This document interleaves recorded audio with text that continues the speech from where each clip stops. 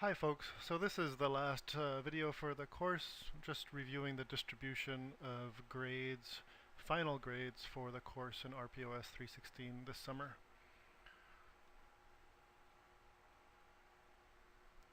Just as we have done before with Exam 1, Exam 2, and Exam 3, for which I posted a separate video today, here are the measures of central tendency and dispersion for the final class grade, your final grade, aggregate grade in class. The mean, the arithmetic average, is a solid B, 85%. The median, the most frequent score, is 92%, about 92%. So there's a slight negative skew to the distribution. The median is higher than the mean, but these are good grades. You know, on average, students were getting a solid B, and the grade that split the distribution right in middle is essentially an A minus. So these are good grades. In terms of dispersion, the maximum was 101%, a little over 101%. That's considering the extra credit.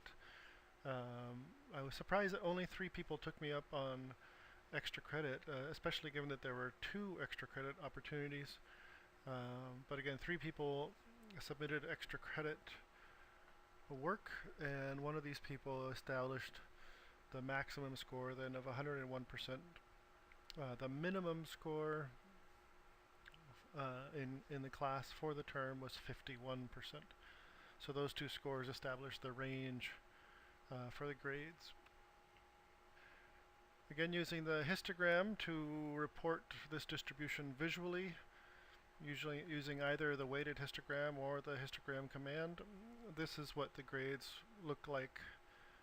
The distribution of the grades looks like visually. Here we have out on the far right the person that scored 101%, and you see the rest of the distribution to the left. Most of the class received either a strong C or above. Fairly strong linear association. We could report the Pearsons coefficient just to have a numeric value for that, and whether it's statistically significant as well, using some of the other material from the course. But here you say a fairly clear association between performance on Exam 3 and performance in class.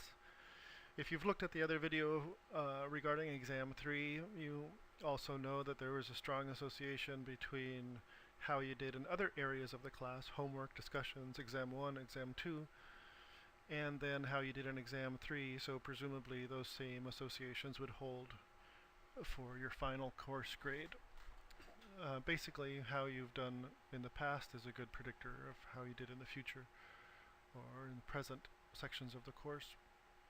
Here's some final comments just on overall grades. I did curve various parts of the class. So homeworks were curved. In theory, the maximum number of points was 1,200, but the actual number of points that the student with the most number of points obtained was 1101. So 1101 set the curve, right? This is the denominator in any calculations of grade percentages for homework. Also, there was 1 extra credit opportunity in the homework area of class, and if you did this extra credit, then that score was added to 1101.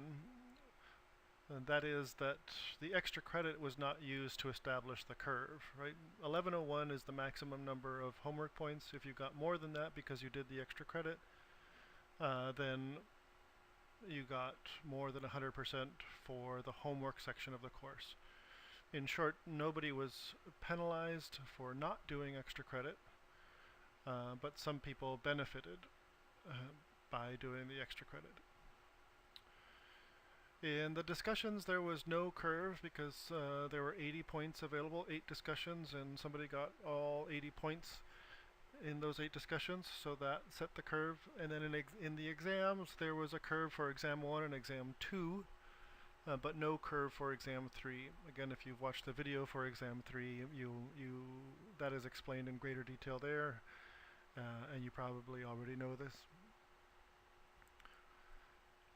Just some final words regarding feedback. As I mentioned earlier in the course, I've taught this class before with other software and in a face-to-face format, but I've never taught this class before. That is, this was the first time that I taught this class in a fully 100% online format and using the R software.